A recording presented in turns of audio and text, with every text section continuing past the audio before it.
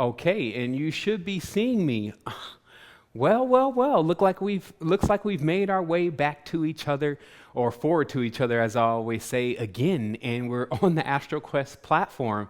Obviously, I was definitely preparing a show for the radio, so I'm going to need a second to get acclimated, because actually we've been relocating here, and so all the studio equipment was literally unhooked and things. So we got up early this morning and we started getting right into hooking everything back up so that we can broadcast this show to you live. I got a notification from the host from Sense Radio that they're not going to be able to have the radio today for personal reasons. And so I just said, man, this happened about 10:30 last night after I had gotten the flyers and everything together and sent things out to people. And I said, man, I just can't on a Sunday, because everyone expects for us to be broadcasting anyway.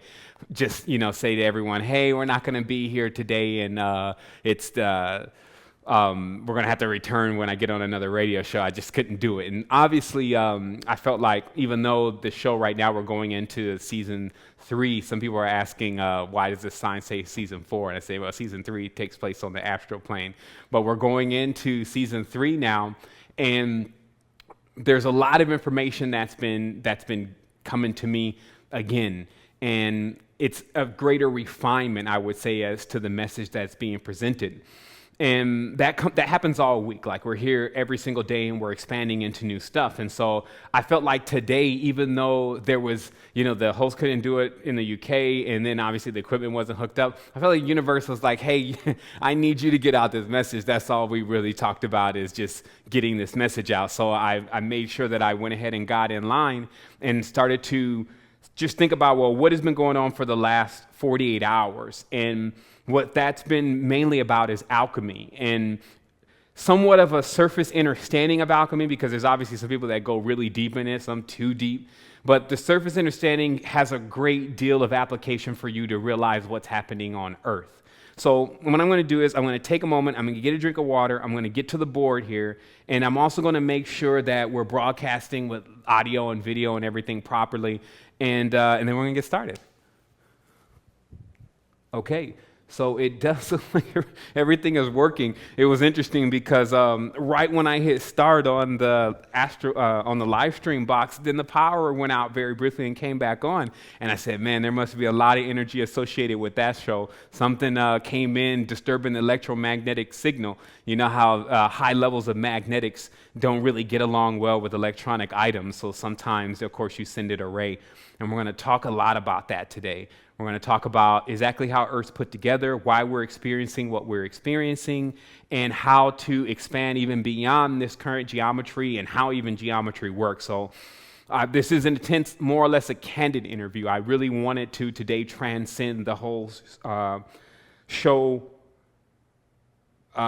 blueprint or prototype that we generally go by, which you'll see a lot more in season 3, is we're going to go and do something completely different. We don't have to obey any rules or laws or barriers or guidelines. We only need to walk through the door and come into the quintessence or the higher level of our existence, and because that's what we are. And so let me go ahead and make my transition to the board. I have some things that I want to talk about in the closing of the show today, and let me just look over this completely. First of all, I wanted to say thank you tons to all the individuals that are actually involved in the resistance and making sure that message gets out. Also making sure that we transcend our minute levels of understanding and expanding into something completely different. And so I wanted to say to people, thank you, and also welcome to the next expanded level of your consciousness. And I'm obviously enjoying the space and sharing the space as much as I can. So yeah, let me get to the board. I think everyone likes me more on the board in a sense of being able to understand some of the complex stuff. So obviously today's title is Earth Explained. By the way, when it comes to spelling these days, I seem to only see the word as it is. So if you see some typos and things, just realize it's because I have this eye for words, and it's now got me to the point where I'm not seeing words anymore. Like, I'm not seeing D's as D's, I'm seeing them as pyramids, and I'm not seeing E's as E's anymore. So Earth Explained, okay? I'll keep this away over here so that way we understand the title of today's actual dissertation on what is going on here. And I first will start off with this symbol, which is known as the symbol of Earth. Like if you go into astrology, you'll find that this is the symbol of Earth. It's not necessarily the alchemical symbol of Earth, because Earth in itself has a weird name, because Earth to us means soil, right? So if Earth was like a specific name, like Candarthia, then like a person, a person's name, James or Thomas or Kishan or John. So people have names, and those names designate their function. So name equals function, okay?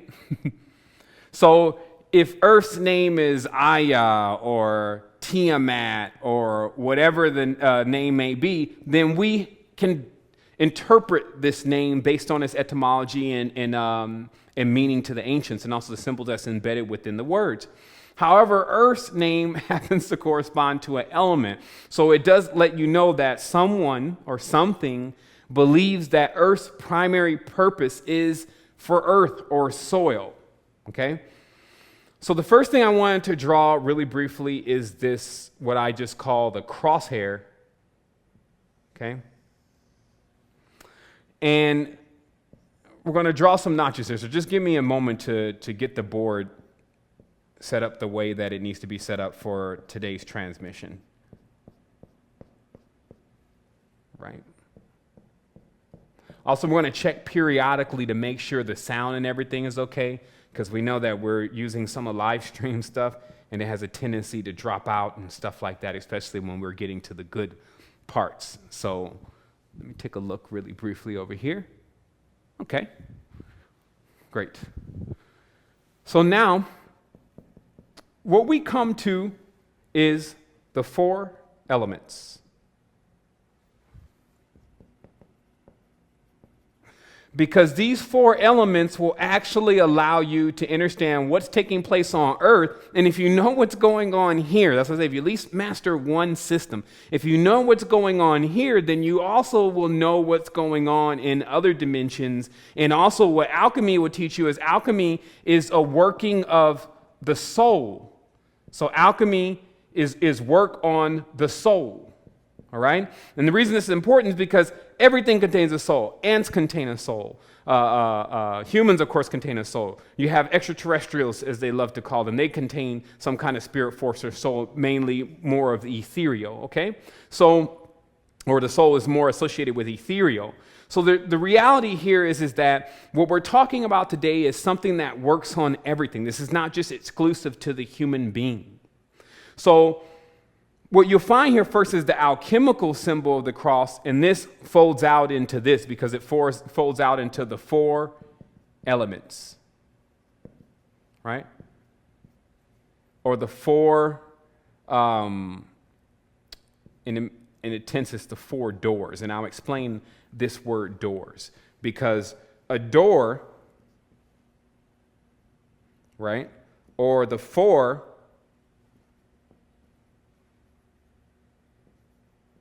okay, and the wall and the law, the boundaries or the boundary and the rule, okay,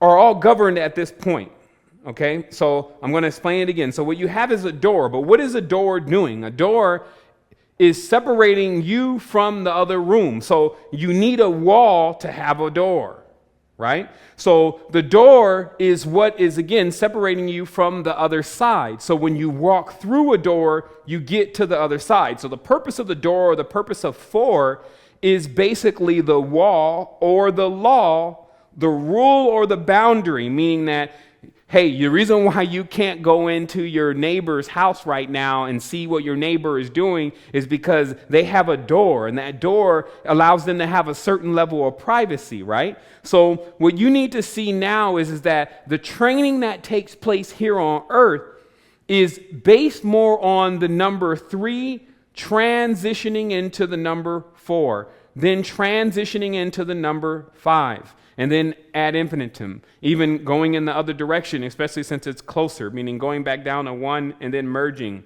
at times because it's closer. So what happens is that you have this reality that's developed then in degrees, and I'm going to explain to you why they put the Jesus guy, even though it's on the unbalanced cross, on this cross, or as the original symbol shows a man in the pentagram strapped to the pentagram, or sometimes you'll see it in the Sumerian as a man basically stuck in the spokes of a wheel. Okay, this is the occult symbolism, and this is why the occult symbolism lends volumes of knowledge for the one who is educated in understanding what it really means, but volumes of ignorance and foolishness for the one who takes the base or the gross interpretation of it, right? And I want everyone to think of this word today, the gross or dense interpretation of something versus the, let's say, for instance, refined, okay? The refined or purified, right? We'll use that term today, okay? So the gross or dense interpretation versus the refined and purified interpretation. So as we go into this, what you'll realize is that the cross symbolism has everything to do with human beings, not just a man on the cross, but human beings on this cross, right? Or this wheel. And what this wheel is consists of are the elements fire, water. Excuse me, we got 2 waters going on here. This should be air. Excuse me. So fire, air, water, earth. Okay? So what happens is that this becomes the explanation on why many people have a hard time changing, because in each of these tenets, and we'll put some numbers here really briefly, right? This is going by no particular laws, rules, structures, edicts, decrees, or whatever. We're using this all for, skip 7, all for metaphorical purposes in order to mark or designate. Miss 5 over here. It's like, man, yeah, trust me, all this stuff to me now, it rolls into the number 0, and my mind collapses it and then begins high spin. Because when you're dealing with this kind of rudimentary building block stuff, you move very slow like a block. It moves like a block in your brain or square wheel, which doesn't rotate very well, okay? So what you're dealing with then here is that these are what I'll call and will designate today the degrees, okay? Because we talked before about the degrees of the fire and why fire is always measured in degrees, but we've come to understand that air has its degrees, earth has its degrees, and these degrees denote how far it is away from its dense or gross state versus its purified or refined state, okay? So every reincarnation, and this is what is talked about, there's a greater ancient and organic wheel that we're going through that seeks to refine and perfect us so that way we reach quintessence, which is basically the merging of all of our abilities to unlock within ourselves basically the straight pipeline of Kundalini or Chi, which brings us into a graduated state of consciousness. Until then, what you get is notice that on people's node chart, and we'll just draw a rudimentary node chart here, right? And then they show the astrological houses. Excuse me, I'm probably doing a horrible job. My stickmen are still beautiful. But then you have the astrological signs, right? And then they say, oh, you have 30 degrees in the house of Aries and 90 degrees in with Sagittarius, and then they draw you out this node chart, right? And what this node is based on is your degrees of creation. That's why it connects to how much light you give off. It's connected to why you have individuals that are extremely polarized or extremely airy, extremely fiery, or extremely earthly, or extremely watery, because these are archetypes.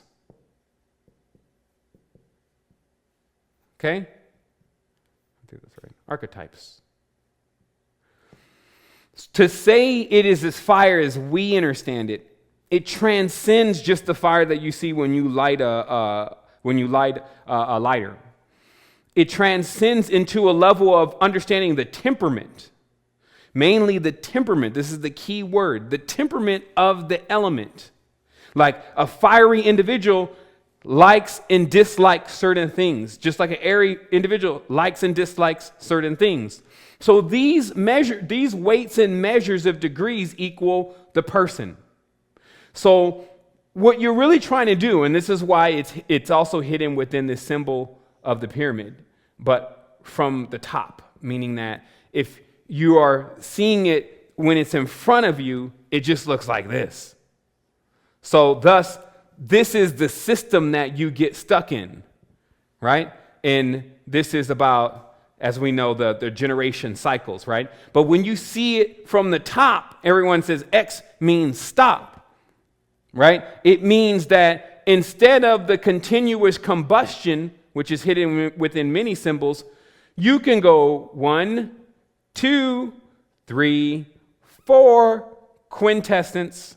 See, there's a fifth point on top of the pyramid that designates how your energy is supposed to flow. So if this is your body, if you see yourself standing up, just like we saw the image of the cross being basically an image of a person, if this is your body, what you're seeking to do is come into the center of yourself. Okay? And to explain that a lot more clear,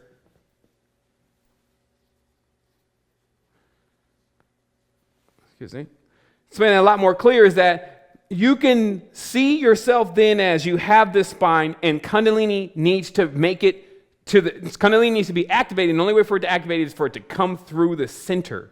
So if you're 5 degrees of fire and 2 to 3 degrees of air and 9 degrees of water and let's say 6 degrees of earth, this makes you a certain kind of person. And so if you're not doing alchemy on yourself, you can get lost in this world, this crucible, because that's what this symbol means. It means a crucible. It's a place where something, once it emancipates itself, will become 1,000 times stronger. So this is when we get into later on of how the alchemy is being worked on us now. Like there are master alchemists that understand how to change the temperament of the people around the world based on utilizing the elements as sculpture for a sculpturing purpose. Because it's important, as me and Thomas were talking about, that you begin to realize that, first of all, then, how is this shaping and molding and refining even being done? What is the tool being used to do that? You have to go back to the simplicity of thought. If something is to be done, if something is to be molded and shaped and fashioned, then we surely would need a hammer or some kind of tool to do that with. So what is the tool? Fire, air, water, earth. The alchemist has these tools and can sculpt their own world.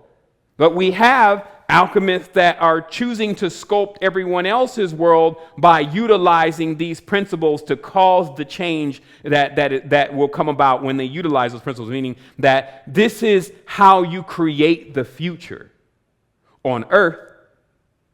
And that's one thing that we need to realize, that this knowledge here is the graduation of earth, because it's once you bring yourself in a balance, bing, bing, bing, bing, then what happens is your body is now in balance, so the Kundalini begins to rise up the center, then it goes up the spine, and then it comes out of the top of the head, and then you eject from the environment, right? So the next thing here is that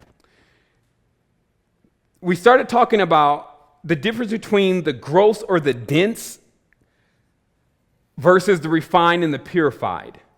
Okay? And the reason why is that when we're dealing with things like fire, because they say what brings you closer to this centering of yourself is to begin to refine yourself, right? So we wanted to understand what is over here because this is what the archons are, okay? Right? Why? They are the shape or the molders or the refiners. Okay? Why? Because they are archetypes. Okay? And why? Because they are polarized. Right? So they've chose to hang out on 9 degrees of fire. No water at all. Real gross. Why? Because what happens is when an individual begins to think of only the gross or the dense interpretation of what they are, we only can see that within the elements, okay? And the elements and the minerals, because they have their own story. And we'll talk today later on about lead. But right now we're going to talk about gold, okay? It's just as an example, and silver as an example, okay? So the person that is very gross or dense uses gold for only financial purposes on the physical dimension, or maybe even wears it as a jewelry, etc., right? But the more refined the individual, so that's what the gross or the dense mind thinks of its use, right? But the more refined individual starts thinking in the refined or purified state of gold, it becomes like the colloidal gold, which is colloidals are made by putting an arc through putting an arc through water as a birthing pool and then spitting out small ions of it that are ingestible, right? So all what this has to do, this harmony, is about being refined and purified so that way you can connect with other elements without contaminating them. That's really what you're looking at here in the refinement and the purification of self. So the gross and the dense person then thinks of gold only as, again, for their physicality, while the more ethereal person, the refined person in their consciousness is thinking of it in a monatomic or colloidal level. Same thing with silver. Someone may create some kind of silver vase or something of that nature and say, oh, silver has a very lustrous, shiny look. I like it. And this is like the whole golem personality. I like the color of silver, and they shine it, and then they put it on the counter in the room, and then they look at it, and then, a couple weeks later, they're not even thinking about it anymore. But this is the only physical understanding of the silver. Not, hey, why don't we just melt this cup down, make it into 2 rods, then create a wave current that turns this into colloidal silver. Then we can apply it to our body and start killing the bacteria that's within our body and start making that transition into a higher spin. Now, the term that I use, again, is high spin, because through lifetimes,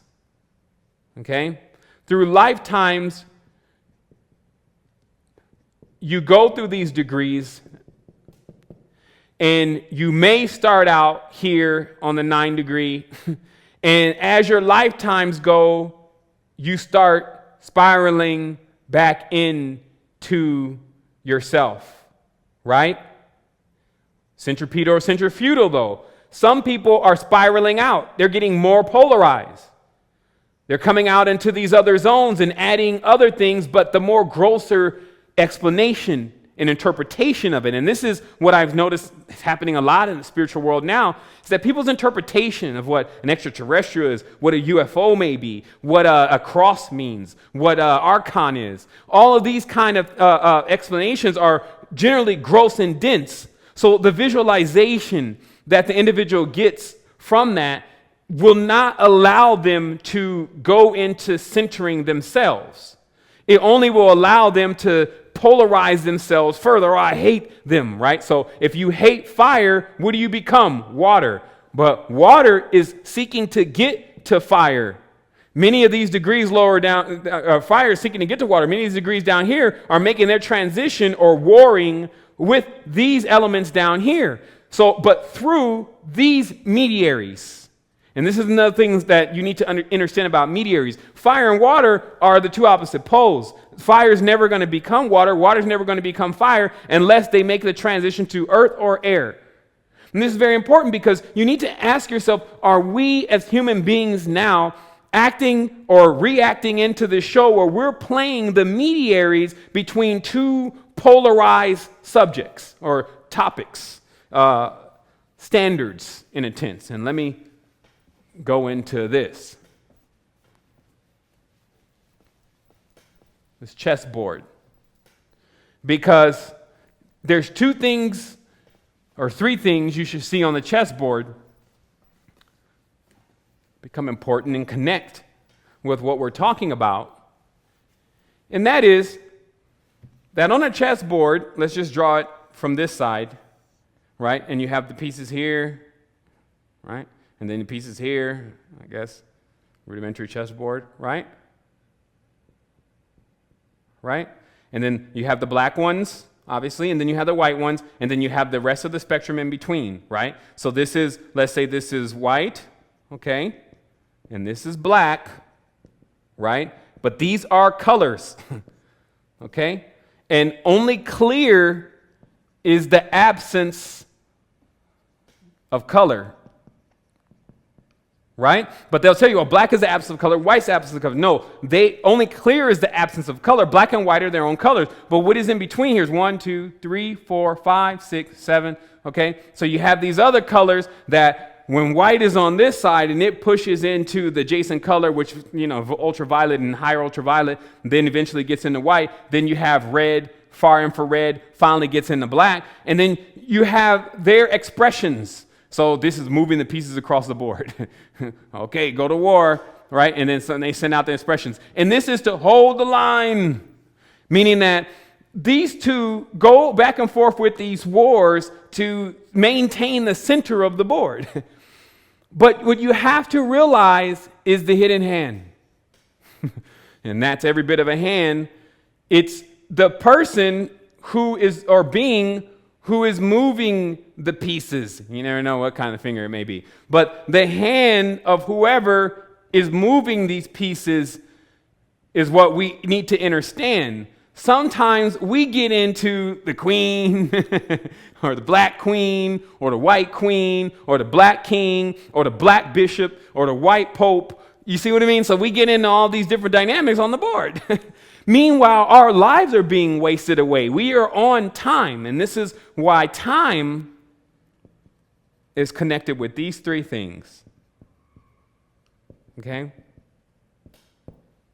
And then it gets into dense, and it gets into non-conductivity, right?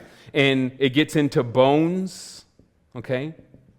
And this is the entire Saturnalian principle, because Saturnalian, the metal of Saturn is lead. So lead does not become affected by light. It actually affects light. So this is big news to these light workers when they're thinking they're going to get rid of these Saturnalians, when they need to focus on just what they're doing with their own personal alchemy, and then take the great glass elevator and climb the spine and go into the other dimensions that have less gross impurities. That's what you should be focusing on. But if you're dealing with old lead head, meaning that if you're trying to change a Saturnalian principle, take lead and then attempt to send a frequency through it. It deadens it out. In fact, if you put a lead dome over something, there's no reception because the signals can't get in. What does this say? This means that the Saturnalian principle is what remains after everything is gone. Everything is pushed itself into the wrong direction and then made itself decay. And then it becomes lead.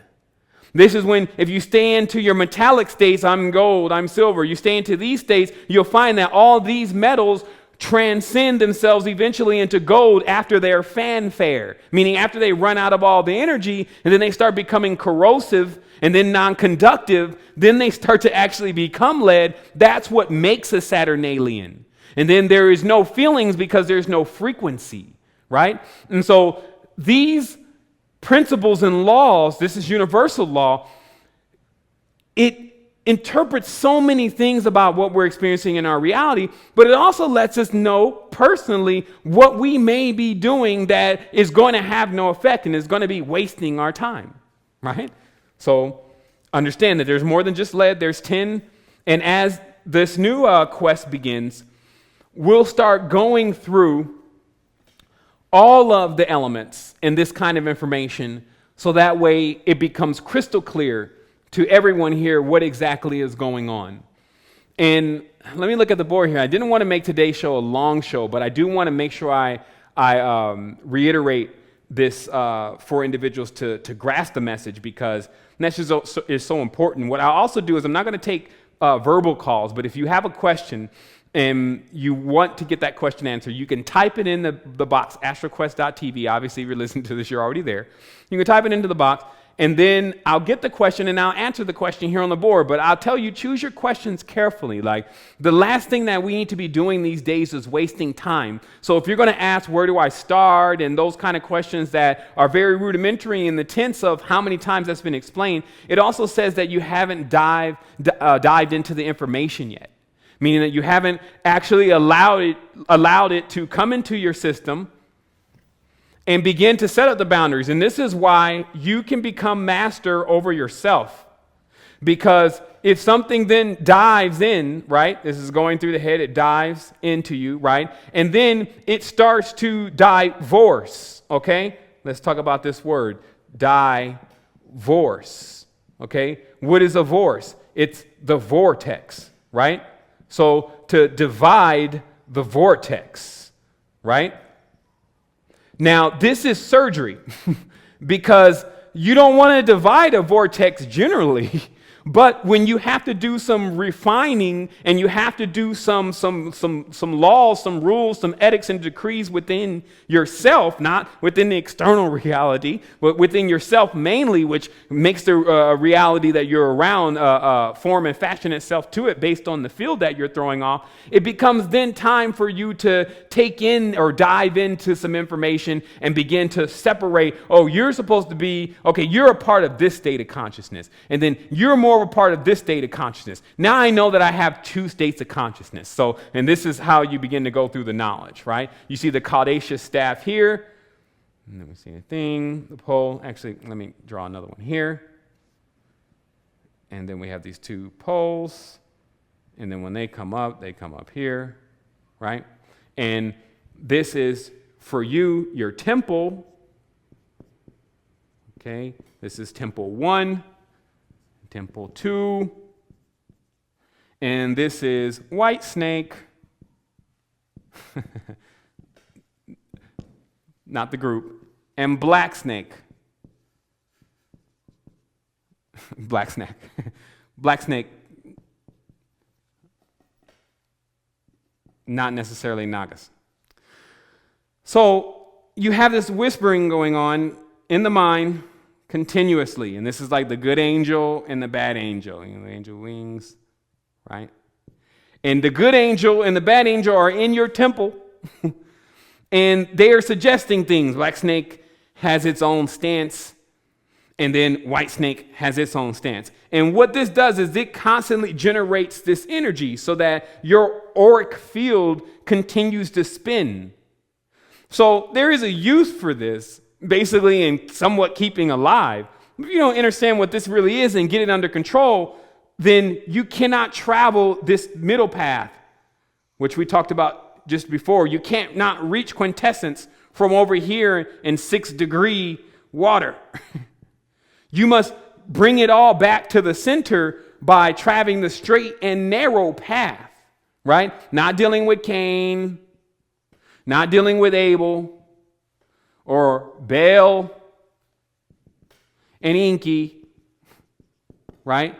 Or we can go on forever and ever with these words, because these are one is internal, tends to speak more on the internal sense to your spirit. It always wants to be right, and I'll explain that here. You see that Abel was the first one, according to these texts, to die. So that means he was the first one to enter into the astral plane, meaning that the thoughts from that kind of entity in your temple have to do with more of a spiritual dynamic than the physical world, while Cain became the king, right?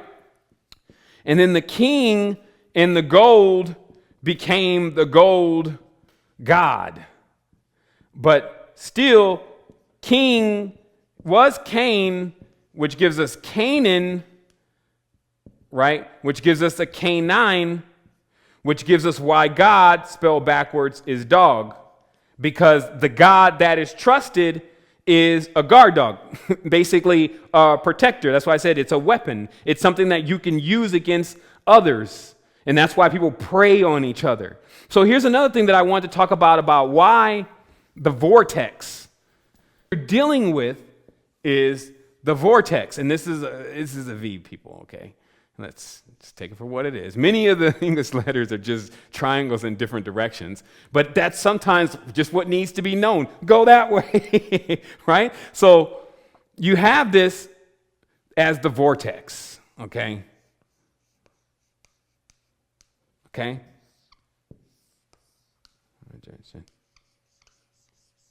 Okay, and this is two V's.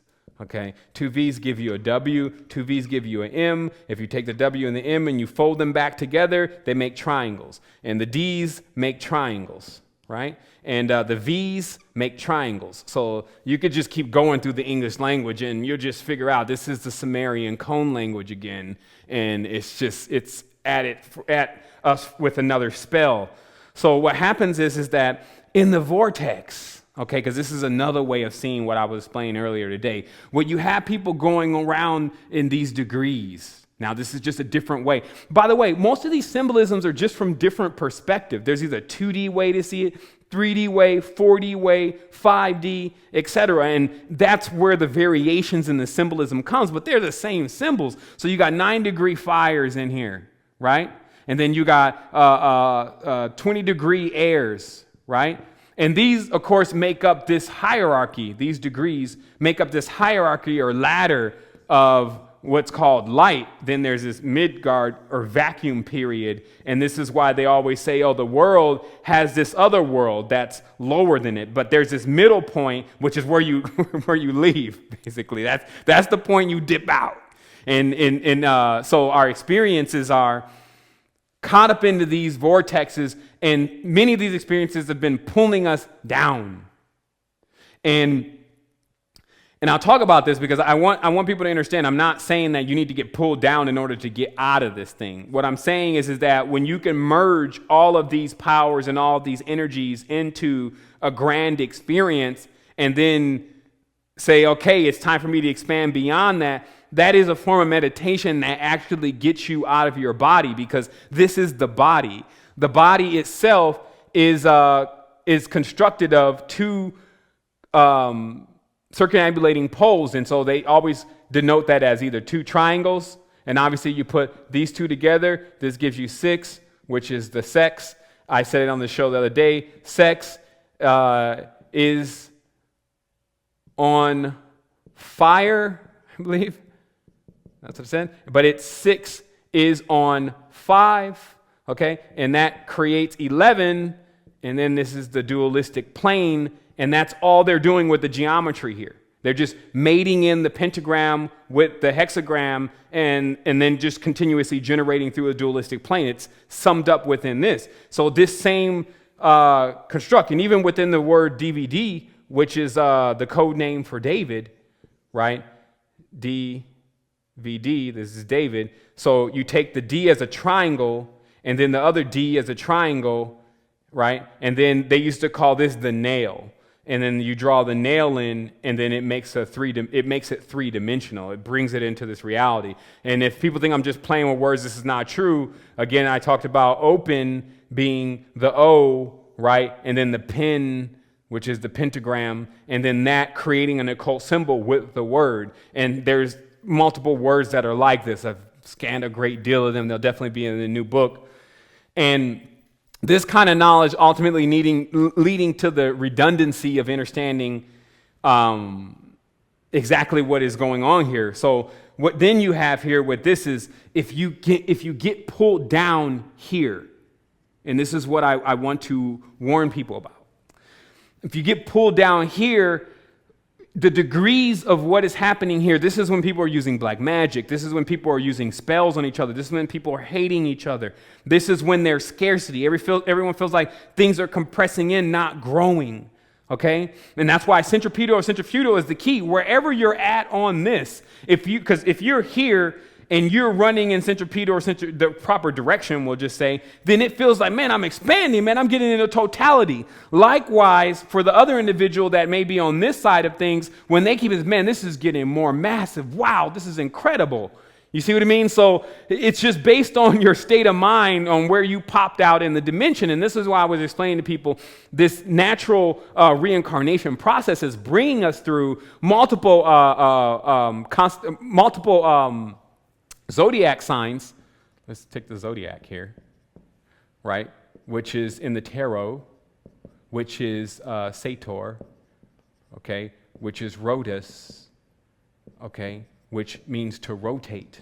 That is the secret of the word because it is a wheel, right? So this is a wheel. And that's what this whole thing with the zodiac and everything was based on, is the wheel. So what you have then is that, let's look at it from the sky, from the air ball.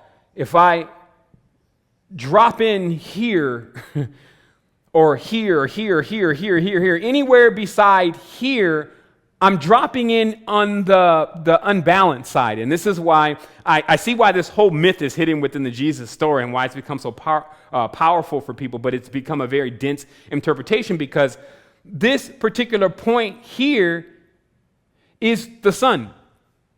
Because in every tense, this is galactic core. So to become a sun being, the sun club, I don't even call it a sun god, right? But to become that, it only means you center yourself, and by all means, you'll feel Christ-like energy in Kundalini because Christ is still Kundalini, right? So this is where the metaphor was. If you were balanced, you can come into dimensions just like this. Now, what's your symbol? Like, look, I'm already on the balance thing. Like, this is superior to whatever it is that you're doing over here. And I understand that, but I understand that this is also Capricorn, right? And I understand that this is Libra. And then I understand that this is Centauri. And all the different elements and essences, because remember, this stardust is really just containing everything from the periodic tables in different mixtures. And that's why, everything wants to be so different, right? And this is because it's all on different levels of the pole. Thinking individually, like, I'm this, and I've become this, and I'm going to remain this, while the magnetars, Rigel, Betelgeuse, Aldebaran, our sun, etc., have figured out a way to center themselves, and obviously they're not males, and this is why the problem with our planet is the spell, because the sun indeed becomes the sun, and the sun is a man, but that sun means a boy, okay? This is not true because a sun, which is a dynamo or a generator, sun is then sin. And you'll just understand that all these words, when you drop the vowels, it's really just the S. And the S in itself, if you take two S's and you put the other S right there, you get the infinite, right? And so this symbol duplicated creates infinity. But what are they saying? It is a dynamo, okay? It is a generator. Right? It contains a positive and a negative in order to be able to do that. So a boy, in a tense, is only a positive. Where is the negative? So a sun is the spell. When you think that the sun is a man, I even saw somebody doing it the other day. They were so wise, but then they kept referring to God as a man. And I'm like, man, when is this going to stop? He and he and he. And here's another thing that I'm definitely girding myself up to deal with because, the buffoonery just has to cease. By all means, there has to be a passage that people are able to obtain in order to get to their higher levels of spirituality. That passage must not be blocked. And that's what I'm here to do. By all means, it cannot be blocked. We're coming with a higher level of universal laws. So if individuals feel like they want to tune into that and get ready to expand, they have to be able to do that. That's where we're coming from. So it's about this. Now then, in our lives, we find ourselves like these seeds. And I'm going to take a break here for a minute and then come back. And I'm going to talk about this. Right? And the reason why you know you're a seed is because there's things you don't know. So if you think you know everything, then you cut off your energy because then there's nothing else to do. Right? There's always something to know. So the reason why that is the case is because for us now is because we are seeds. We are seed men. right? Or semen. Now, we talked about this word because there's a lot of new listeners today about man. If man meant masculine, right? Male. And let's see, there's a million other words that mean masculine things. I'm minding somewhere else right now. But if this all meant a male or masculine, then why does it have ma in it? Why is ma there? If this was all about just the man, why is the woman built in the name? It's because the secret that man and woman are the same. They are only the externalization of two polarities that generally exist within the orb of the body of the universe, meaning in the sun. As we talked about Caudatius before, you see the Caudatius then here, and then this being the sun then, right? So where is man and woman? Here. Man's here. Woman's here. You have the vehicle that is, in the externalization, you have this man and this woman.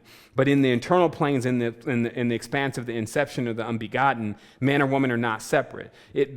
What you see them doing is you see them disembarking from the vehicle. And this is why when you get the story of Adam, woman was removed from Adam's rib, okay? So what does that mean? That means that woman was already inside of Adam, okay? But if people won't accept that, let me just turn it around. Ma, da, okay? Daddy, mommy. Okay? In the same body, right? So the goal here is, what you see they're actually achieving this goal, is making us war and fight with each other. Imagining that man's on one side and woman's on another side, and that they have nothing to do with each other, and we haven't been traveling throughout the galaxy together, and that they're actually our opponents. We're each on opposite poles so that we should go to war with each other. We are polarized in order to be generating energy, which is what we're doing, but we're generating energy out of conflict. And this is why I was saying about gross interpretations of things versus the purified interpretation of things. Because when we see each other as dual roles for us to compete, then we've seen each other in the wrong light. We are in dual roles to do what we are doing, which is to generate life. So with two, a man and a woman, we create another one. So for any kind of beings that were just expanding, this was the thing to do, especially on a physical plane. So realize the trickery that's going on here, because our world is beautiful. These days, I watch all these movies, and because I have to pull out all the programming and deprogram it and then put it in my annuals. And I notice how when you look at Earth as a planet, it is so beautiful. Then when you look at other planets, or what they depict as other planets, there's no trees, it's all dead, it's all blown up. So don't let them ruin this planet for you, meaning that tap into, at this point, if this thing just shuts off, make sure that you have another system to transcend into, which is basically what I'm explaining here today. Your light body, it's here, it exists. There are others that know it exists. It's based on real principles, not fairy tales. People are believing spirituality now. I tune into this Cobra guy. He's Cobra saying this all over he's the resistance that's been underground for 35 years. And he comes in with the new age message talking about things are getting done. And he's not even pointing people back to themselves. This kind of stuff. These kind of things that are going on in our world that everyone else seems to be taking it for a joke. Meanwhile, we're in a crucible. It only takes a couple situations for this thing to turn into something like Cambodia. And if we don't start realizing that and keep our world in its proper sphere, meaning ourselves, we will not be available for that next transmission that gives us the insight on what we need to do for our spiritual existence, which goes on infinitely. So there is this big thing then without people not wanting to necessarily wake up. But I'm telling you, you should start letting other things incite you to wake up. There's the reward system. I mean, if you activate this vehicle, you will achieve great things that are beyond what you could ever even fathom in your lower state of consciousness. I'm just showing you how it's obvious that you are the supreme being. To achieve it is to start to center yourself into that, it's not even an idea, but into that truth. And then start to make that refinement, start using the elements, the fire, the water, the earth, the air, You want to begin to use the elements in their proper measures to balance your system. And there are some sites that lend certain tests, even though Tom did say that one of the tests didn't come back well at all, so we're going to scan it a little bit more. So we come up with a questionnaire that allows people to truthfully figure out where they're more polarized at. I think that should be a part of the quest. And then begin to work their way back into the center so they can achieve high spin and not this consistent dualistic zigzag, which is basically the chaotic vibratory frequency of a person who is in a dual state of mind. So let's take a break for just a second. I'm going to go ahead and check and see if there's any question. And if not, we're going to go ahead and close out the show for today, because I believe that I feel the next season coming on. So we're going to start to prepare things for that. And I feel like today's conversation is just an example of what will be contained within that season, but also something that you can use right now to begin to immediately work on yourself and then realize, and I'll say this one more time, please realize that when you get an individual that is over here on their pole, they can go through lifetimes without ever realizing that there's even other elements. And this is key. You have to realize this, or it could be a very, very troublesome time here on the planet. And this is, again, if someone is way over here and they're just completely earthly, they don't believe that there is anything beyond earth, right? That state of consciousness is so polarized, it's going to take several lifetimes of moving back into the center, the more central side of their being. Okay? But this also accounts for why you have people that insist that nothing else is really going on, because they're extremely polarized. They only have a dense understanding of what they're seeing in their reality. Like I said, they're not seeing this reality. Man, this thing is loaded. We got all these trees. Man, let's start taking these trees apart. Let's start synthesizing things. Let's get things categorized. Let's look at etymology. Let's see if someone did most of the work for us. You see, where's universal law? Let's get into it like that. So that's how you go into this. Like someone says, be positive about it, or look at how they play the game. I emailed this I put this on Facebook. But when they say be right, I said, man, people have been doing what's right so long that they have no chance but to do what's left. It's like, you start doing one thing over and over and over and over and over and over again, and you think that that's right, and then all of a sudden one day you decide you don't want to do that anymore. So the only thing that then remains is what's left, right? So then you need to ask yourself, is right an actual pole? Yes, it's polarized.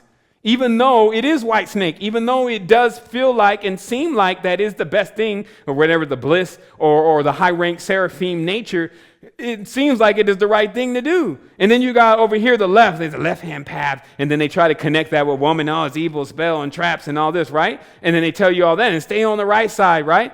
But they're both lying.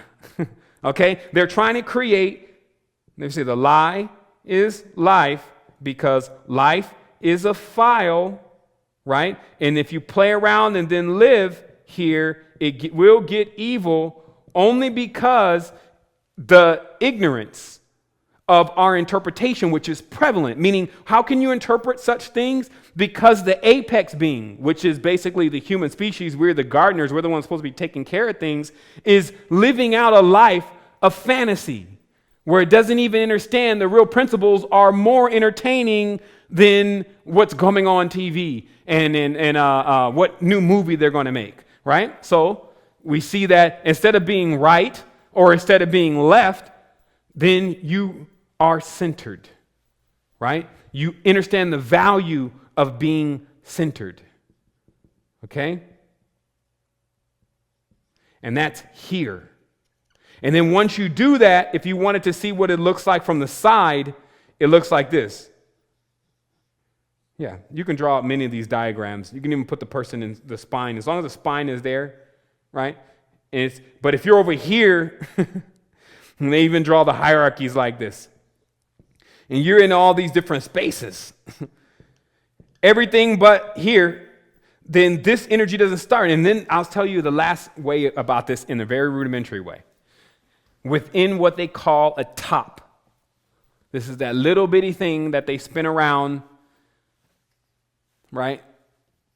Top. Now with a top, when it has slow spin, right? Slow spin, it wobbles, right? So they say, well, Earth has a wobble. That's because it's spinning too slow. Because when you have high spin, right, you don't wobble. You actually come more towards the center, right? The center of it. And so this is why if you get slow and sluggish and sleepy and your spin goes down and your breath becomes shallow, you start to become polarized very easy, right? And then stuck into a pole, right?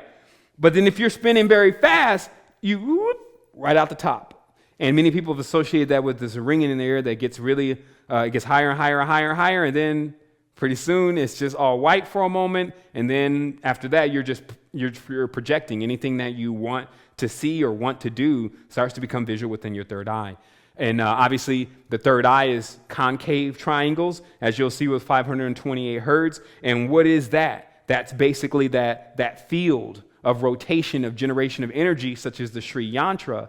And then that center point called the Bindi, meaning the actual point where you get into the center. And that's, I believe, what they're attempting to do with the Kaaba, or whatever is inside of the Kaaba, as we're talking about, is attempting to get the people to do is send all that energy into the center so that way it coalesces there and it can be removed. So let's take a break. And let me just make sure that there's no questions, or if there is, let me make sure I address those questions. And then we'll begin on that when I come forward. All right, so the question is here, what can we do to overcome temptations, basically? It's quite an extended question, but it does boil into that. And because obviously there's a programming, and I guess MK Ultra is another topic that we're going to be bringing up on another show that I'm doing with Dino, the Dino Dean show, I believe. But basically I'm going to get into how, what you're really dealing with when you're talking about your chemical change. And this is one thing that I started to really look deep into, with how many different phenomena can really be caused based on chemical changes in your body. And if, in a sense, is there any difference? Meaning, is there a difference between what we call spirituality and chemical phenomena in our body? Because if we have this low interpretation of spirituality, and that only equals us seeing some type of external phenomena like an extraterrestrial or something move or shake, it's not very difficult for many different things to actually cause that phenomenon. But should that be an actual definition and also a conclusion to what spirituality really is? And I talked about how the basis of now what people understand spirituality to be is something more of like X-Men, where you can, read people's mind and you can throw lightning from your hands, and then if anyone does anything wrong to you, oh my goodness, look out, because you can actually destroy them. And that is Vortex kind of behavior, Vortex programming, Project Vortex. And it basically is that V-based, Phi-based, or fighting-based agenda. And it has to do with polarities, which is black versus white. There's one guy who I believe did an excellent job, even though he's still clinging on hold to the Jesus concept, not looking into the more purest version of that story. But he gives an excellent example of exactly the whole array of what the Jesuits have really done with the planet as far as where they want to go now with their polarizations, because they've already separated man from woman. And the next move is to obviously begin to separate the races or divide the colors again. And for an alchemist, this is also what you have to realize. There's a dark side to alchemy in a sense where if somebody wants to isolate each color and each segment into, well, the dark side is that it exists. I would just say that. The dark side is that it actually exists. What is it? A boundary. What is the boundary? It makes these colors yellow, red, green. Something has to set a line there, or like a glass. I always love to refer to it as a glass, because you don't even see it there, but you're still trying to figure out how to get through it and what it even is.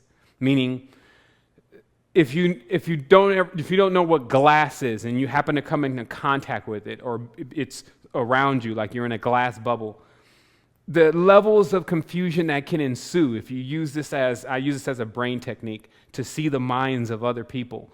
If you can understand the chaos that can ensue if a person doesn't see the boundary that's around them because it's hidden. Now, there's another level to this, and that is, of course, a simpler level, is when you have a society that has something like what they just discovered with the banking system, which just came up like maybe, let's say, 8 years ago. People have been talking about it for a long time, but the masses just received it like 8 years ago. And so you see this wall that basically says that actually, as far as the ownerships and as far as, these names and these marks and sovereignty and all these different topics, like this is something that we don't choose to educate you in. You have to either figure that out yourself. Actually, they don't even go into that. You don't need to know about this, right? And so that's something that's just recently been uncovered. So to me, that's glass in the reality. And I need to get some water here for a minute. Let me just take a second and get some water. But that's the glass in the reality. It's like something that nobody really perceived was going on until someone discovered it. And so that's also what we are. We're discoverers, we're travelers, we're explorers. That's our original nature. Our nature is not to sit around like robots and wait to be acted upon so that we can react. That's not our state. So it also puts me in a very interesting position. I want people to know that, my life and what I'm dealing with, just more of my spiritual being and more of my mental being, is very immense because of I'm still staying stable through all this. And I had recently an individual come in and exclaim that in all of the teachings from the different people he's researched and studied, it was very difficult for an individual to keep this Kundalini energy under control so that it didn't tear up their life around them. Obviously, I have a wife and I have a child. And also, you don't want to get too polarized with your power, your energy, especially on a physical plane, and then run into one of these massive planets that are just super dense. It's almost like you'll sometimes confront forces that they are very lethargic in a sense where obviously they're slow and dense moving forces on this planet now. And this also becomes states of mind that we go through, by the way. And I believe and that's why I say today is going to be more of like a candid interview of what exactly it's like to be involved in a heavy level of spiritual expansion for this planet, really. Not sitting back on some strange Nigerian scam type message, siphoning money off the people. Like, all I see in the arena these days is that, where individuals have attached themselves to the talisman so heavily, they don't even understand how it works, meaning that when you attach yourself to anything and you don't know how it works, like the money or the dollar, I was thinking of the other day, people don't understand. R is the symbol of the pentagram. So a dollar is a dollar, basically a pentagram body, an actual person walking around. And so that's why it has the head, it has the magnetic strip, it has those four fathers who created the door in every tense. That's the whole tetra situation is about, the number 4. They are alive in the currency still. It's like, it's the heaviest level of magic that you can really think of here. But on other planetary systems, this is like somebody kicked you in the balls in a tense, literally. It's like nobody uses this kind of Vulcan knowledge, as they term it. This is when you disarm an individual from their internals, and then you watch the slow decay and feed off of that. That's really the vortex. That's how it's generating itself. And some people want to know, why does it exist and all that stuff. And these has to do with such massive dynamics that still ultimately fuel the worlds that we're in. It has never been deemed that it shouldn't be a world without darkness or ignorance, because there's always something for the light to penetrate, because the light in itself is the seed. It's basically a projection, as I talked about the other show. It's a projection or a projectile from the actual source, and it contains a blueprint of the source, and it attempts to embed in the deepest darkness And then if it falls on fertile ground, then it starts to grow up through experiences until it turns not only itself into the original source, but also the original source plus all the experiences again of what it took to become the original source. And then you have infinite amount of beings doing this simultaneously, which creates a stream of immortality. So I start thinking, the first thing is, again, to understand, it's like there's going to be a difference between people who are actually experiencing this versus the people who are just keep talking about it. Like, I'm experiencing this. I'm not reading just about this in the book, but I'm still reading books, meaning that I don't actually think that I know everything and that I figured it all out. I seek for a greater understanding in order to balance myself, and I'm really into this. And so that, with that intention bolted onto the people's plight, meaning that I've met some beautiful people as I've been on the path that I really sincerely wanted to metamorphosize into a more balanced level and found myself inequipped to do that. For me, it's still something to the grade of sadness of when a person that's close to you is dead. But even deeper because the person is actually alive and you're watching them being sucked into this vortex. And meanwhile, you're trying to anchor yourself and even gain your bearing. And this is what we call the captain's journey across the sea and how to become a surfer of these waves of frequencies. Because somebody asked a question and I'll start, rolling some of these questions in here. Somebody asked me, how do you overcome this? Man, sometimes think if you don't.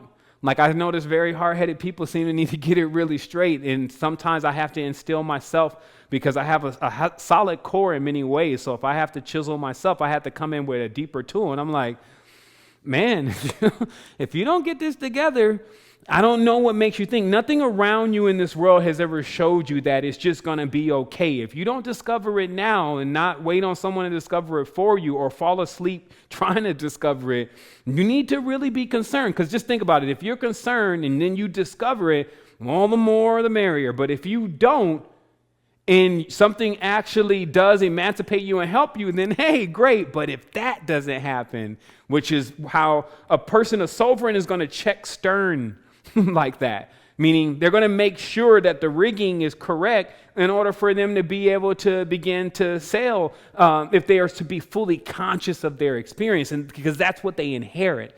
And it's like if you become super present within yourself and you just realize, man, the sheer fundamentals of you standing on the ground is enough for you to jump off this thing, meaning that for you to jump off the body, to become back in love with yourself, because this is what all this has to do with. When we put our love into external things, it is indeed going out. Let us not be confused. And when we bring love back in within and we take care of ourselves, it is indeed going in. So just as everything in this world has a breathing in and breathing out, be sure that you get a fair measure of these two, right?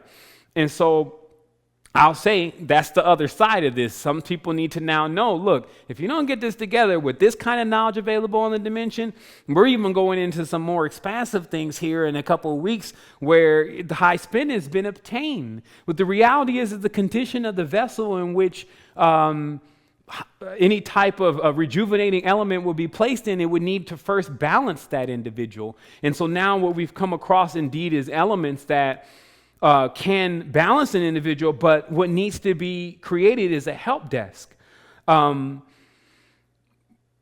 This is basically about that each person is so unique or have been experiencing. Look, you're unique because you experience different things. That it's even can stop there. So when a person goes to work on you and to do something with you to help you correct your bearing, it's almost like they need tools that actually fix massive issues that are deep within the psyche or deep within the aura. So they even need the energy. They need first the tool, the penetration of their own light or their own seed. And then they need to actually have the accuracy to go into what exactly you're dealing with, short of reading your mind, and then be able to then neutralize it. That's the other part of this. Some people, they say they swear they can read people's mind and what everyone is doing. It's not that hard these days. Now we have to go deeper and to see, okay, inside of this individual's mind, and inside, actually not even just their mind, let's take their whole corpus, their mind, body, and soul. Let me examine.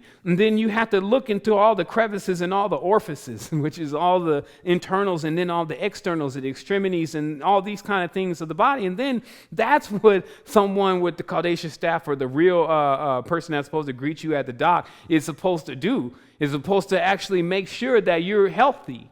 So to me, it's about also that is an immense level of information. We're trying to compress it more, but because of the complexity of the being, it challenges us to see if we're even supreme based on if we can even conceive what is being described. Meaning that because of the amount of elements within the individual's body and the different levels of application, because you can go mineral-based, you can go plant-based, you can go through a whole bunch of kingdoms to find an actual solution for this particular person's ailment. It just all depends on if you're a master of any of those kingdoms. And this is also the plight with our species now because of the MK Ultras. It's in the language, it's left in an incomplete loop. So when the person is actually looking for the rest of themselves, the rest of the interpretation of who they are, they find it absent. And if you've come into this certain level of thinking now, if you're listening to this program today and you're saying, well, this makes perfect sense to me. Okay, what do I do next? Then you know that you need to turn it on. Like if you say, okay, what do I do next? But you don't feel what do I do next? It's not turned on. So then you have to go back into the vessel. And then all of the surface stuff, meaning you just, arguing with your sister all the time, or you just in a disagreement with some people in some situation that's not going to change. The only thing that you're really saying is, I'm stuck in the vortex. I'm on quadrant Cygnus 912. If somebody can help me, somebody can get my ship has no motor, I have no bearing. That's basically what everyone is saying here. We have to take it into another context. Is there a tow truck out there? Is there someone that actually has enough strength to actually come into the rift and go through the fears of the reefs, dive deep in the water in the ocean? Because actually we're not just on the surface of the water. We've already sunk because of how long we've been down here. You got these kind of transmissions coming in from different vessels on Earth that have been here for quite a bit of time and first spun, meaning that whatever the currency is, the first one was the oxen, but just spun so much without understanding the direction of your spinning. Like I talk about investing in yourself. This astral investment to make sure that whatever happens, real reality drop out. It's like, okay, I'm stabilized because I'm already melding with a field that I go to every single night. It's like a door you walk through in a certain tense. So that's what I'm saying. So you could take it in different ways of how you get rid of temptation. Either you join in on the magnificent adventure, or you just stay on the side of the bench all the way on the back waiting to not catch the draft next year. That's pretty much where we're at. And if you were looking for that motivation because your chakras are burned out, and that's what the sex does. Now, let me just give you the entire composition of what the sex like through the pornography, or basically just because there's women or men, whatever your fancy is, everywhere on the internet, naked and doing anything and everything. So the first thing that happens, then there's also people in the world, because obviously you want to act out that fantasy. So there's people in the world that you can link up with to do these kind of things, right? What is the actual use of whatever this kind of energy? Because if we turn everything into energy and say this is sexual energy, what is the use of it?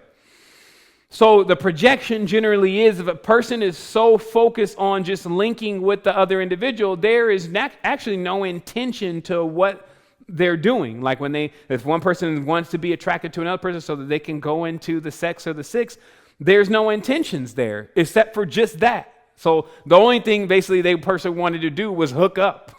But they didn't even know once we hook up, what are we going to do?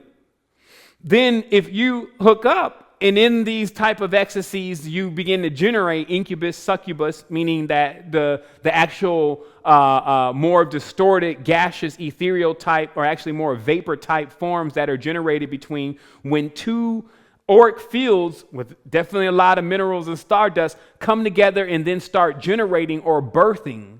So every time you are engaging in some type of sexual activity, you are generating. We're not saying sex is evil. We're saying, are you seeing it in its purity? Meaning that not a Catholic purity, but is your use of it? Like if a man drops a seed, but yet doesn't want the seed to grow, why not store the seed? Think about it from a literal level. Like I'm a farmer. I got this whole, everything is based on my seeds now. And I have a whole storehouse full of seeds. Or maybe let's just say one bag of seeds. And I'm going to go and start planting these seeds on purpose to where I don't want anything to grow. That is insanity. But it is the same thing as when a man actually drops a seed in a woman and doesn't want to have a baby. That's it right there. So in one perspective, you can see it as something that you may not have no death to. And in another way, you've realized, man, this has every single meaning to the entire scope of life, because what I plan and where I planted is what I will have to eat. So there's the physical seed, though, and then there's the idea, meaning then the idea, which is just the debasing of the other individual in a certain tense and an extraction of energy or pleasure. And that's why there's a climax or an orgasm. And then there's a leaving from that point. And the stronger vessel takes the energy. Because why? Because the other vessel was exhausted first. So we need to start just thinking about this stuff on other dynamics. Like we've gotten into the uchi kuchi and in all of this birds and the bees and in the cooties and all this stuff so much that we're not seeing this is basic dynamo knowledge. Like you need high spin now. Like you have to be able to patronize with the universe, not this situation that you're dealing with on this dimension, meaning that you have to be able to tap into energies that allow you to expand. And also to understand the fundamentals and principles behind contraction. So if you are just basically frolicking everywhere, like the person pushing the mouse pushing the pleasure button, then if you have enough knowledge in you to say, okay, well, now I need to understand the seed. You have books like Montauk Chai. If this is a male asking the question, I have names. You have Montauk Chai, Multi-Orgasmic Man. That lets you understand how to begin to work with the energies, to begin to send the energies into the proper channels. Then you go from there. And then obviously woman has her applications within understanding the directions in which her energy is sent through the cycles, which is another conversation, but one we can definitely get into at another time. The question here is, what elements can be utilized to neutralize EMF pollution? The reality is that EMF pollution, if anything, is to be around you that cancels this. And this was like a deep fringe thought that I had quite some time ago about whether you could wear a suit that would actually repel all signals. Well, the first thing is that say goodbye to any kind of cell phones, any kind of other devices that you or other individuals around you are using. So when I started to research that, I realized that was actually a jammer. And obviously there's a whole range of frequencies that could be programmed within it, which is probably more of its applicable use. But you would have to first understand the frequencies that you're actually blocking. And then also when you're causing these blockages, what that may create. So just on a surface level, obviously jammers are not even legal in the United States. But what they do is they shut down massive communication fields because they cancel out those frequencies. Whether that creates an environment with no frequencies or not has not been determined, because obviously if two frequencies cancel each other out, they're consistently doing that, so the field is still present.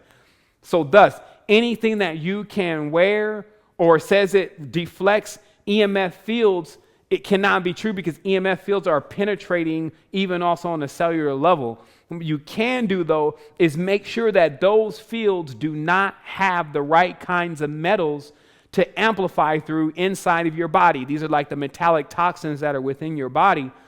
When you get these EMF fields coming through, they have to attract to something. Now, also, this EMF field obviously attracts to the certain states of mind. And that's also done in the programming. So when you find yourself free from the programming, a sovereign is indeed installed with an internal immune system of high spin, which basically creates a being that does not pull in anything into its field that is actually non-harmonic with it. So I'll just leave it at that. So remember, this whole getting rid of EMF pollution, it should be more turned into individuals understanding how to get the metals out of them that are reflecting off of these EMF fields. So the next question here is, can we talk about vibrational wavelengths and how that works with this? And I believe I discussed that earlier. This person says, Sevan, what can you say about the Indian yogis and the spiritual tactics they use in enlightenment as compared to the modern Western tactics such as yoga and meditation? Again, one is from the other, so that's probably what sum up what I exactly feel about it. You see that the Eastern traditions have been taken apart and dissected and then brought in the American tradition piece by piece as it continuously is interpreted. And I think that's as much as I need to say about that. But basically, one versus the other, it's clear the one that preceded the one that is replicating it is going to end up being much more perfected. Next question here is spinning into the vortex, becoming centered. It is all or nothing now. There are no in-betweens. Basically, the question is, are there any in-betweens? Yes, we just mapped out the in-between. The in-betweens are the actual poles of the zodiac sign. It's when you take a certain stance, whether it's a Capricorn stance, or whether it's a Libra stance, or whether it's, Aries stance. When you take that kind of stance into the reality and you begin to react out, I would say, your role in it. Because remember, someone says about this universe, is the universe is going to stop this. Universe doesn't have a problem with this. Universe is using all of this stuff in weights and measures on grander scales. You don't know. We may be extremely imbalanced over here, and that be correcting an imbalance somewhere else based on how the system is designed. The reality is that can you balance yourself, achieve the high spin, and be able to come right out of the center of your body so that you come in and come out as you please. Of course, this makes the pin then only a shell or a shield, but meaning the pentagram, but not your prison, which is the difference in the interpretation. And I realized that this was going to get everything down to two different kind of religions finally in this world. And it was going to be basically the Anunnaki believers, the ones who believe that man was shaped and formed and fashioned by some other race and that they created us, et cetera, et cetera. And they're realizing that is the Archon Yada Baal story and the fallen angels and the rest of the whole that club. Or that we realize that all of how to create was taken from systems just like this planet. And it doesn't need to talk and say what it's doing. Like, the mango tree is not saying, hey, look, I'm producing mangoes. Nature does not want to use English. It uses, let's really get it done. Let's grow some stuff here. So that should give a person really deep insight about, all these traditions and to get a person somewhere and to, read massive books and all of these kind of things. There's light speed now. We figured it out and we can come the other way around. That's what's called evolution in a certain sense. It's like when you go around the circle so many times and you're like, wait a minute, I've seen this before. Hey, I think we should apply this like right now, and it'll probably have a massive effect for our entire civilization. But if we choose not to, I believe that the world has an ancient system of cycles that it keeps reincarnating individuals in their worlds of different poles in order for them to eventually become balanced. And this is what I see personally. This person says, what is the initial steps to restructuring water? The reality is with water is that it's several different steps. And I had to think of water real quick because my mouth is super dry here. To me personally, out of everything, it's just based on what you have the capability of doing. Obviously, if you have a capability of getting a distiller, it's good to take distilled water and then take it to the next step, meaning that send it through, again, some type of mineralization system, even if it's you adding minerals to it. You got to understand your mineral water is so important because a lot of the conductive sides of your body, or i.e. the metallic sides of your body, if you see it in the dense way, build themselves based on these minerals. So inside of our system, if we don't have a lot of minerals even in our water, so it's a good, better, best. It's like regular tap water from the city is not better than distilled water, but you don't want to drink distilled water without at least trying to mineralize it. But if you have to choose distilled water over purified water out of the store, distilled water is going to be still more effective than purified water out of the store because of the leaching effects and things in the plastic, etc. So it's like there's different stages of the water. So it's just really about what you can afford. So the poor man's guide to it is something I believe, I think they call that mica. There's actually, it looks like a black dirt, and you can put it in the bottom of your cup, and it's almost like a carbon. It sucks out all of the bad metals, and then you can just drink right after that because it pulls out all the bad metals. So that's the poor man's guide. And then obviously for the big boy, I guess, if you want to call it that, then you're going to definitely go with something like the distilled water system, and then go into the restructuring of the water, which is something like a Jupiter Athena, and then take that thing through some kind of tube to magnetically restructure that water with N52 magnets put into the right kind of spiral, and then figuring out, which is the last piece, how you're going to get some kind of stir plate to go with something that can turn its vortex to go in one direction, then stop and go in the other, and keeping the water on a constant spiral in and spiral out. I noticed that with water, once you start structuring it, you really don't want a water that is spinning just to the right or spinning to the left, because when you drink that water, you feel your body, I mean, this obviously we're deep in the French over here, but you feel your body go deep into one of your recesses of your right or left side, depending upon how the water is spinning. This also serves to throw the system off balance and also give you somewhat of a headache. So we realize, oh, this water, it needs to be spun. It needs to be to not be spun at all, or when you take it into a vortex, bring it left and then bring it right, bring it left, bring it right, and this seems to balance it out. Let's see here. Is everything in the universe a vortex dynamo which is capable of creating energy from 0 point spark gap? As above, so below? Yes, everything is actually already doing it on its level. So that's just the reality of this. Everything is still generating and acting and in communion on multiple levels with everything else. We just have to accept it as that and keep moving into it. Last question here is, males deplete their energy when expelling their fluids. Such is not the case for women. How is woman's energy being depleted then? It is actually being depleted because when the man debases the woman, when he actually does not give her the seed and the feeling of her real worth, then this is like the same thing that the man would then be doing to the earth if he doesn't acknowledge that the food in abundance that's coming from it is something that we're eating and consuming, and it is alive. You see what I mean? So our thought of what woman really is and how we see her and in what light we see her now is affecting us because it's still a part of us. So when we look at anything, and this was obviously a man that asked the question, but it goes the other way. When we look at anything and we cannot see it in its higher light, this is ignorance for us. Slams the enlightened mind into confusion, because what really happens is you're saying that you can't interpret what it is, because for a great soul, everything is great. When you're actually seeing the dynamic of what it can metamorphosize into, that's when you start to, that's when you really start to get more into the expanded side of yourself.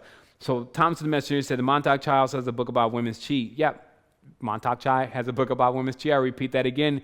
You can read that again. You can check that out when you get an opportunity to. And I thought we might be able to source the book here, but everyone can get Montauk Chai's collection, at least on, I think, Pirate Bay. There's some huge torrent. So that's what we got for today. Like I said, we came in. Obviously, I found out 11 o'clock last night that this was supposed to be a show today. I feel like we got some major principles across and things that we can apply to ourselves that'll allow us to actually metamorphosize. I will tell you, I'm already metamorphosized. It's very difficult for me to remain contained at certain points in my energy system. That's why I almost, for a minute, I kind of backed off the radio shows, because when you're live on this camera, and then you start to deal with those energies, especially when you're getting questions answered and you're working with people. And sometimes you have these looks on your face, and you're saying different things twice, and you may say it wrong because it's live. And then I realized, in radio, none of that occurs because you're so centered, and because you're not even looking into anything to try to focus into it but yourself. And so that's the difference, I would say, between this camera and radio. But I'm working more myself personally to when I do get in front of this camera. And there's the sourcing of the book. And I guess we're just going to have to actually get this onto the Resistance. So anyone wants to check that out, that's astroquest.com. You can get to it. And so that's what's up. I will say thank you to everyone for tuning in, and we'll be forward in a little bit, and that's it. I have a hard time leaving. It's like, no, wait, no. But wholeness. And it's obviously there's a lot going on. This is much more bigger. And obviously I have other things that I'm working on that I'm putting the pieces together. Generally, I'll introduce anything until I'm absolutely sure. So what you heard today was really the golden rule, and it tends to how you should treat yourself is understand you are supreme. Center yourself with the center of yourself and get out of those poles if you can. And then if you want to give yourself a reason why sometimes it feels like you can't change, man, I'm way too many degrees in the fire. I need to start working with opposing elements. And I am, again, working on something that will assist individuals at balancing out more. But the cleansing is the best place to start. You definitely, like for me, I crawl before I walk. It's a stage of us going through things. Get the cleanse going on and then be able to open the filters is the first step. And then there's the next step going to be available definitely soon. Thanks to everyone. Wholeness.